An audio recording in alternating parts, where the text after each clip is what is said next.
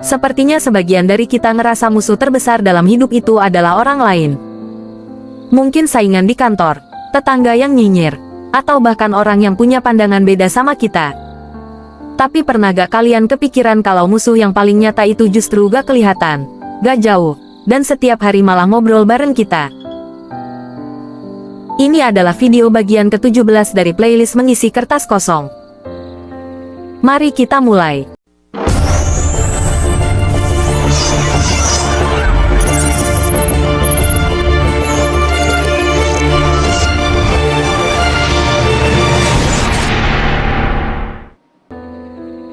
Hari ini kita bakal bahas sesuatu yang dalam banget, tentang siapa sebenarnya musuh manusia, atau yang sering kita sebut sebagai setan. Part 1. Menghapus imajinasi film horor. Hal pertama yang harus kita lakuin adalah riset pikiran kita. Buang jauh-jauh bayangan setan yang ada di film horor, yang lompat-lompat, yang mukanya hancur, atau yang pakai baju putih panjang. Kenapa? Karena kalau kita cuma takut sama sosok visual kayak gitu, kita bakal luput sama setan yang jauh lebih berbahaya. Setan itu sebenarnya adalah sebuah sifat.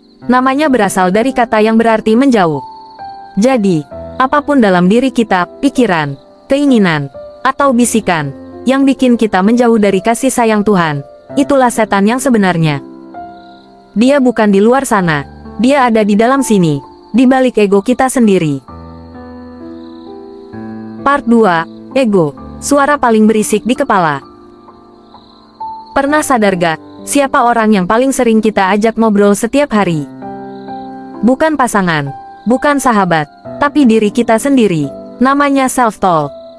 Nah, disinilah medan perangnya. Setan itu deket banget, makanya istilahnya membisikkan. Kalau dia jauh, dia bakal teriak. Tapi karena dia ada di dalam pikiran kita, dia cuma perlu bisik-bisik lewat ego. Saat kita mulai ngerasa lebih hebat dari orang lain, saat kita mulai ngejudge hidup orang, atau saat kita merasa paling benar sendiri, itu sebenarnya tombol setan di dalam diri kita lagi aktif. Musuh sejati itu bukan kelompok lain, bukan orang yang beda agama atau suku, tapi sifat-sifat buruk yang kita pelihara sendiri. Part 3. Penyakit sombong dan senang berselisih. Ciri paling utama kalau seseorang lagi dikuasai sifat setan itu cuma satu, sombong. Sombong itu merasa lebih baik dan merendahkan yang lain. Gampang banget kan buat jadi setan. Tinggal ngerasa gue lebih pinter, gue lebih suci, atau gue lebih sukses. Beres, kita udah teraktivasi. Selain sombong, ada lagi sifat namanya ablasa atau putus asa, yang bikin kita pengennya ribut terus. Bawaannya pengen berselisih, nyari kesalahan orang, atau dengki pas tetangga beli barang baru. Pernah dengarkan istilah tetangga beli mobil, kita yang pusing? Nah, di situ setan lagi kerja lewat keinginan-keinginan kita yang gak berujung. Dia gak perlu narik kita pakai rantai, dia cuma perlu kasih umpan berupa keinginan, dan kita sendiri yang lari ngejar umpan itu sampai jauh dari rasa syukur. Part 4. Setan sebagai guru dan penguji. Menariknya, setan itu ternyata petugas yang didesain untuk menguji kita. Ibarat sekolah, setan itu adalah pengawas ujiannya. Dia cuma tugasnya mengajak, bukan memaksa.